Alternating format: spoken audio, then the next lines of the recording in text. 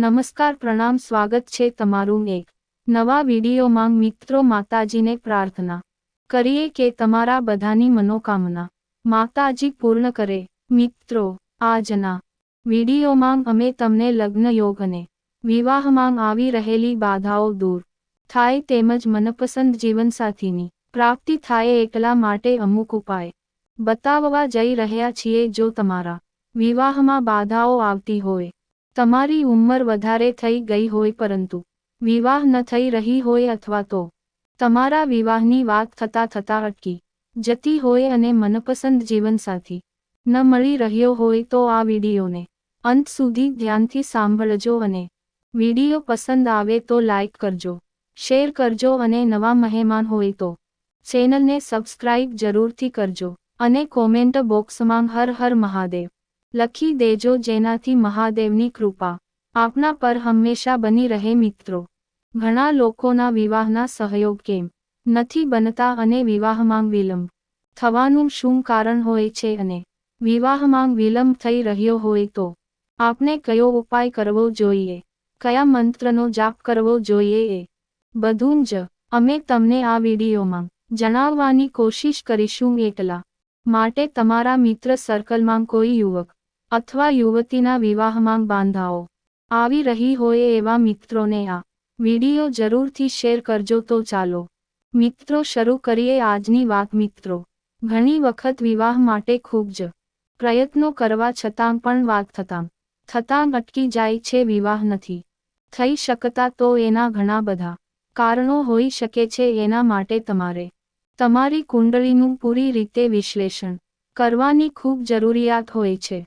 વિવાહ અટકી જવાનું કોઈ એક કારણ નથી હોતું। વિવાહમાં વિલંબ થવાનું એક કારણ ધર્માંગ વાસ્તુદોષ પણ હોઈ શકે છે, સાથે જ કુંડળીમાં મંગળદોષ પણ હોઈ શકે છે, જેના કારણે વિવાહમાં વિલંબ થાય છે અને કદાચ વિવાહ થઈ પણ જાય તો પણ પારિવારિક જીવનમાં એને ક્યારેય સુખની પ્રાપ્તિ નથી થતી અથવા તો વિવાહ તૂટી જાય છે, જેનું એક કારણ એ હોય છે કે તમારી કુંડળીનો સપ્તમેશ બિલકુલ બળહીન હોય છે। સપ્તમેશ એટલે કે સાતમા ઘરનો સ્વામી, જે વિવાહ અને વિવાહિક જીવન અને પતિનો સ્વામી હોય છે, તે બળહીન હોય છે અને જો ગુરુ ગ્રહ નબળો હોય, નીચેનો હોય, પીડિત હોય કે પછી શુક્ર ગ્રહ નીચેનો હોય અથવા તો કુંડળીમાં બીજો કોઈ દોષ હોય તો આ બધા કારણો હોઈ શકે છે। તો તમારી કુંડળીમાં કયો દોષ છે એ જાણવા માટે તમારે તમારી કુંડળીનું વિશ્લેષણ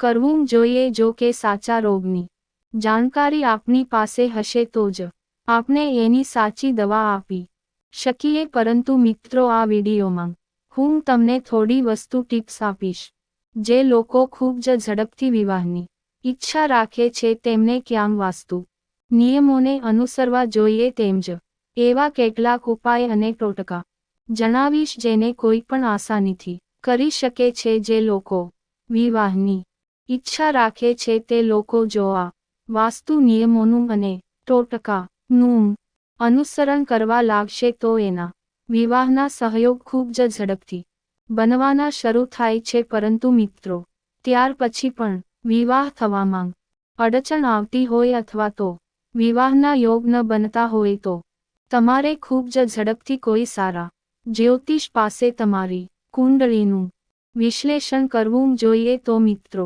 સૌથી પહેલા તો વાસ્તુના હિસાબથી વાત કરીએ તો જે યુવક યુવતીઓ વિવાહની ઈચ્છા રાખતા હોય એનો રૂમ ધર્માંગ કઈ દિશામાં છે તે જાણવું ખૂબ જ મહત્વપૂર્ણ છે। જો કન્યા અવિવાહિત હોય, વિવાહમાં બાધા આવી રહી હોય અને વિવાહની ઈચ્છા રાખતા હોય તો તેમનો રૂમ ઉત્તર પશ્ચિમ ખૂણામાં હોવો જોઈએ।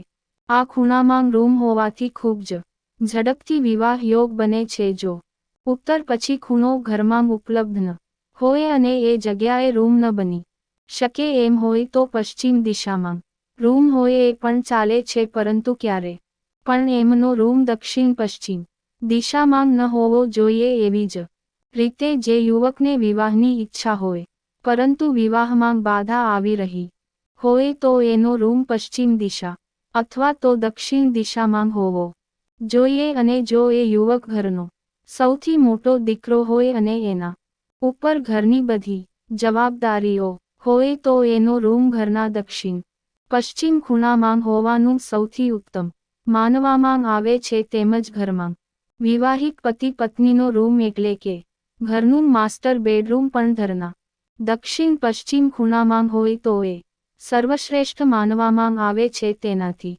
પતિ પત્નીના સંબંધમાં ખુશીઓ આવે છે, ઘરમાં સ્થિરતા આવે છે અને પરસ્પર પ્રેમ વધે છે. આ સિવાય દીકરી અથવા તો દીકરાના રૂમમાં રાખેલી વસ્તુઓ પર ખૂબ જ ધ્યાન રાખવું જોઈએ. હંમેશા રૂમની અંદર સફાઈ રાખવી જોઈએ, ક્યાંને પણ સામાન્ય વિખેરાયેલો ન રહેવો જોઈએ. તેમજ રૂમમાં કબાટ હોય, ટેબલ હોય, એના પર પણ સામાન્ય વિખેરાયેલો ન રહેવો જોઈએ. પલંગની નીચે કોઈ પણ પ્રકારનો કબાટ કચરો ભેગો ન થવા દેવો જોઈએ. તમે બોક્સવાળા પલંગ વાપરો છો તો ધ્યાન રાખો કે એમાં કોઈ પણ જૂની વસ્તુઓ અથવા તો ખરાબ થઈ ગયેલી વસ્તુઓ ન રાખવી જોઈએ.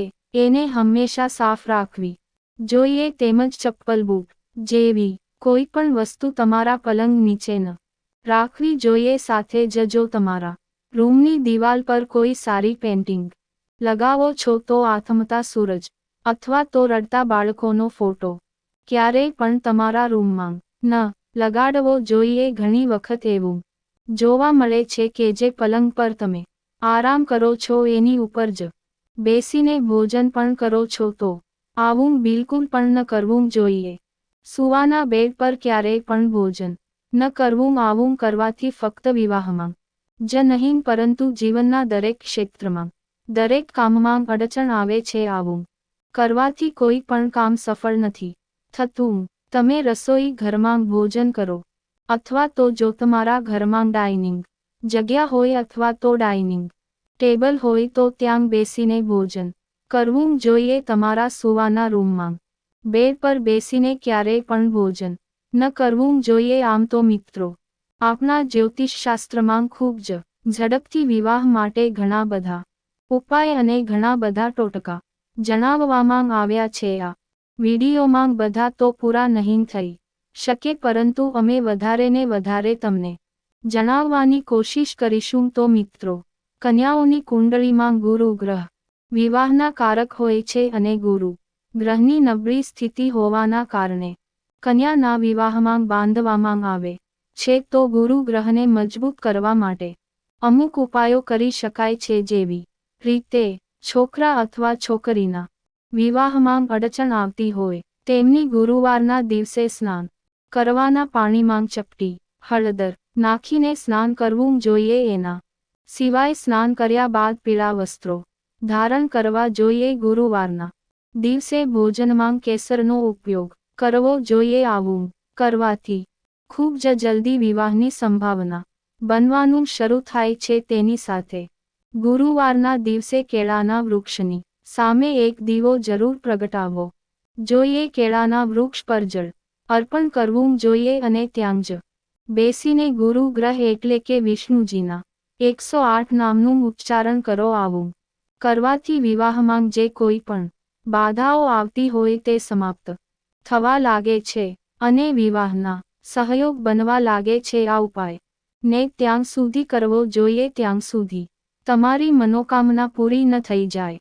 અને ગુરુવારના દિવસે બીજો એક નાનો ઉપાય પણ કરી શકો છો. આ ઉપાય કરતી વખતે તમે લોટના 2 પેંડા બનાવી લ્યો અને એના ઉપર થોડી હળદર લગાવી દયો. સાથે જ એના ઉપર થોડો ગોળ અને ચણાની દાળ રાખી દો અને તેને ગાયને ખવડાવી દો. એનાથી પણ વિવાહના યોગ ઝડપથી બને છે. જે અવિવાહિત કન્યાઓ હોય એવી કન્યાઓ બીજી કન્યાઓના વિવાહમાં જાય છે તો ત્યાં દુલ્હનના હાથેથી મહેંદી લગાવી લેવી જોઈએ. આવું કરવાથી એવું માનવામાં આવે છે કે જે આ વિવાહિત કન્યા હોય એના પણ વિવાહની સંભાવના બનવાની શરૂ થાય છે. તો ગણેશજીને વિઘ્નહર્તા કહેવામાં આવે છે. તમામ વિઘ્નો અને સંકટોનો ગણેશજી નાશ કરે છે. તો વિવાહમાં આવતી બાધાઓ અને સંકટોને દૂર કરવા માટે ગણેશજીને આરાધના કરવી જોઈએ. જે યુવાનો ભગવાન ગણપતિને લાડુનો ભોગ ધરાવે અને ભગવાન શ્રી ગણેશના આમંત્રણનું 108 વાર જપ કરે તો એવા યુવકોના વિવાહની સંભાવનાઓ ખૂબ જ વધી જાય છે. તેમજ કન્યાઓ ગણપતિને માલપુવાનો ભોગ ધરાવે અને ભગવાન ગણપતિજીની વિધિપૂર્વક પૂજા અર્ચના કરે તો આવી કન્યાઓના વિવાહમાં આવવાવાળી તમામ બાધાઓ ભગવાન ગણપતિજી દૂર કરે છે. મિત્રો, આપણને જીવનમાં જે કાંઈ પણ કષ્ટ પ્રાપ્ત થાય છે તે બધા જ પ્રશ્નો ગ્રહોની કોઈ પણ સ્થિતિના કારણે પ્રાપ્ત થાય છે. તો પૂજામાં નવગ્રહનું યંત્ર રાખો અને રોજ નવગ્રહના મંત્રનો ઓછામાં ઓછો 108 વાર જપ કરો. 40 દિવસ રોજ નવગ્રહનો મંત્રનો એક માળા સાથે જપ કરવાથી યંત્ર સિદ્ધ થાય છે અને ભગવાનને પ્રાર્થના કરવી જોઈએ કે હે ભગવાન, તમે જાણો, અમને નથી ખબર કે અમારા વિવાહમાં બાધા કયા ગ્રહની સ્થિતિના કારણે આવી રહી છે, તો તમે અમારા પર કૃપા કરો અને અમારી તમામ બાધાઓ દૂર કરો અને સાથે જ નવગ્રહને પ્રાર્થના કરો કે વિવાહમાં આવનારી તમામ બાધાઓને દૂર કરે અને તમારે મનોકામના પૂરી કરે અને મંગળ ગ્રહની સ્થિતિના કારણે પણ વિવાહમાં બાધાઓ આવે છે તેના માટે દરેક મંગળવારે મંગળ ચંડી સ્તોત્રનો પાઠ કરો. શનિવારના દિવસે સુંદરકાંડનો પાઠ કરો અને માંગલિક છોકરીઓ મંગળવારના દિવસે હનુમાનજીને સિંદૂર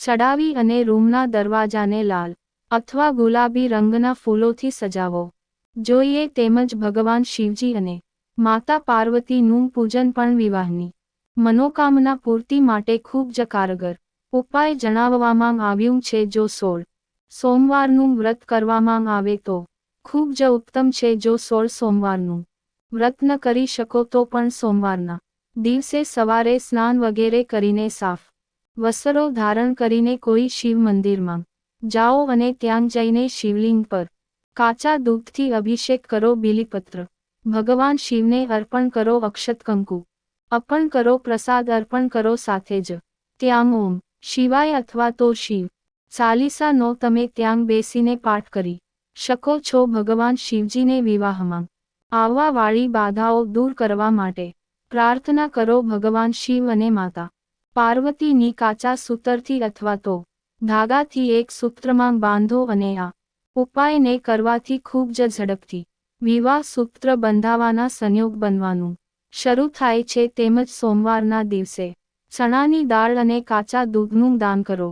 આ પ્રયોગ દરેક સોમવારે ત્યાં સુધી કરતા રહેવું જોઈએ જ્યાં સુધી જાતકના વિવાહ ન થઈ જાય. તો મિત્રો, આ હતા અમુક ઉપાય અને ટોટકા. તો મિત્રો, અમે આશા રાખીએ છીએ કે તમને આ જાણકારી તમને પસંદ આવી હશે અને વિડીયો પસંદ આવ્યો હોય તો વિડીયોને લાઈક કરો, શેર કરો અને ચેનલને સબસ્ક્રાઇબ જરૂરથી કરજો. જય શ્રી કૃષ્ણ.